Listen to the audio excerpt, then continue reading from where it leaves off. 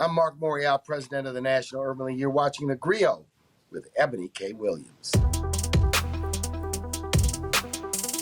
Throughout the month of August, the Grio will be spotlighting Black business owners who are doing their part to create products and services to enrich our communities. Today, we want to introduce you to Rae Chesny, the creator and founder of the Junior Storyteller Program. Chesny is a language and literacy justice advocate who uses storytelling to create a more diverse and equitable environment for underserved communities. She's also a Zora Neale Hurston Scholar and an author in her own right. Her book is called Zora's Garden, inspired by the prolific writer. She's also affectionately known as the Zora Girl. Joining me now is Rae Chesny. Thank you so much for joining us here at the Grio, Rae. Tell us why storytelling is so transformative, especially in this moment. How does this show up as really important for children? Yes, and first off, thanks for having me, Eboni. When we think about storytelling, the oldest human longing is connection, and storytelling allows us to connect at a very fast speed. And no matter what age you are, a good story will always catch your attention and convey a message if you do it right. And your program specifically, it helps young people become published authors, which is extremely difficult to do. We know that as authors ourselves. And yet you are helping young people start to realize that vision at a very early age. What is it like for you, Rae, when you see a young person put in the work, put in the time, and eventually get to that milestone of success by way of a published book? Yeah, and I'll tell you, it actually started because I grew up as a reluctant reader, but I always loved to tell stories. Unfortunately, there wasn't a lot of push for me as a child to have space to tell my stories, but it was my love of storytelling that ultimately led me to becoming an avid reader and a storyteller. And so I wanted to give children the same opportunity because being from Detroit, Michigan, we have a very low literacy rate. Right. And so I figured if we could give children a chance to create the content, they would probably be interested in how other people create the content. And so it never fails to amaze me the ideas that they come up with and how after they have created the story themselves, they become avid readers or at least more engaged in reading. Absolutely. Those dots always tend to go hand in hand. Now, in a little bit, we're going to talk about the Zora Neale Hurston of it all and her impact on you as a writer and all of that. But first, we want to talk about your book, Zora's Garden. I see it behind you there on the shelf. Where did that idea come from?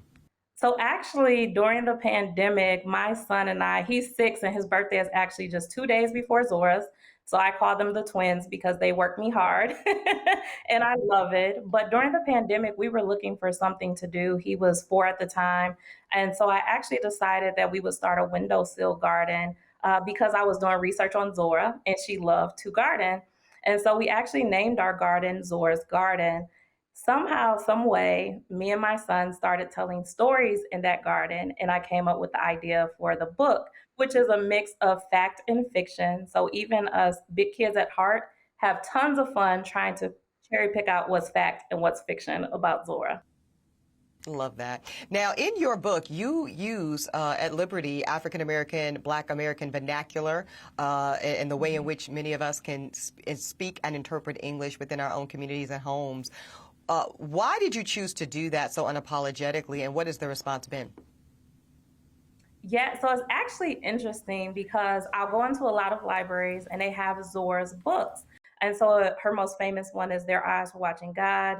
And she actually, as a trained anthropologist in 1927, she was traveling the world in the American South, recording her fieldwork notes phonetically. And there is this huge connection. I have 4 Southern grandparents, and I think about how my grandfather spoke being from Mississippi and how I felt connected to not only him, but my ancestors because of the way he talked. And I figured that was something that was missing. And because Zora did it and it impacted me in such a positive way, I figured maybe if we write in the language that the people we're serving speak, it will be another natural connection. And it has been. I've had children cry and say that's how their grandmother or great grandmother spoke. But on the counterpoint, it's turned me into a literacy activist in the sense of talking about the importance of honoring the way that Black and Brown people speak. Because when we look at other languages, whether it's Spanish or whether it's even Patois, they're more widely accepted in literature, but AAVE, African American Vernacular English, is still not. And so I automatically see this connection as soon as I start talking, and even my voice changes. You know, I'm from Detroit, Sure. but I have that Southern legacy. And so when I say the recipe for telling a good story is just like gardening, even I relax when I'm reading it, which helps me connect again to my audience. Yeah, I think it's really beautiful and important. I was born in Southeast Louisiana, Rae, and raised in Charlotte, North Carolina. So I'm Southern through and through. And I remember when I first moved to New York, there was quite a bit of pushback from my Harlem and Bronx sisters.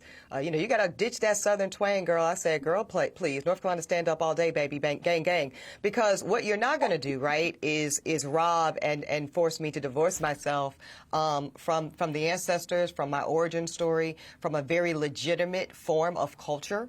And I think what you're speaking to is something that America doesn't give us a lot of permission to do as Black people and Black Americans, which is to embrace the very nature and sound and dialect and vernacular of our culture is just that, culture. Oftentimes, Asian communities get to do it, Hispanic communities get to do it, but as Black American communities, we are forced to default to postures of white and Eurocentric being, which is just a form of oppression. As you can see, I have an opinion on it. Listen, Rae, stay with me. Yeah. No, we're going to talk more about it after the break. So we're going to get all into it. And we're also going to talk about the impact of Zora Neale Hurston specifically on your work. And that is next on The Grio. Look, there are no African American caddies, okay? Did you even read my application to see where I got these guys from? They're not all white. And these kids did not have a shot anywhere else. But if you want to turn your back on them and shut them out, and me, the only female head coach, well, then you do that. But I thought the goal was diversity. This month, watch Taraji P. Henson in From the Rough, right here on The Grio.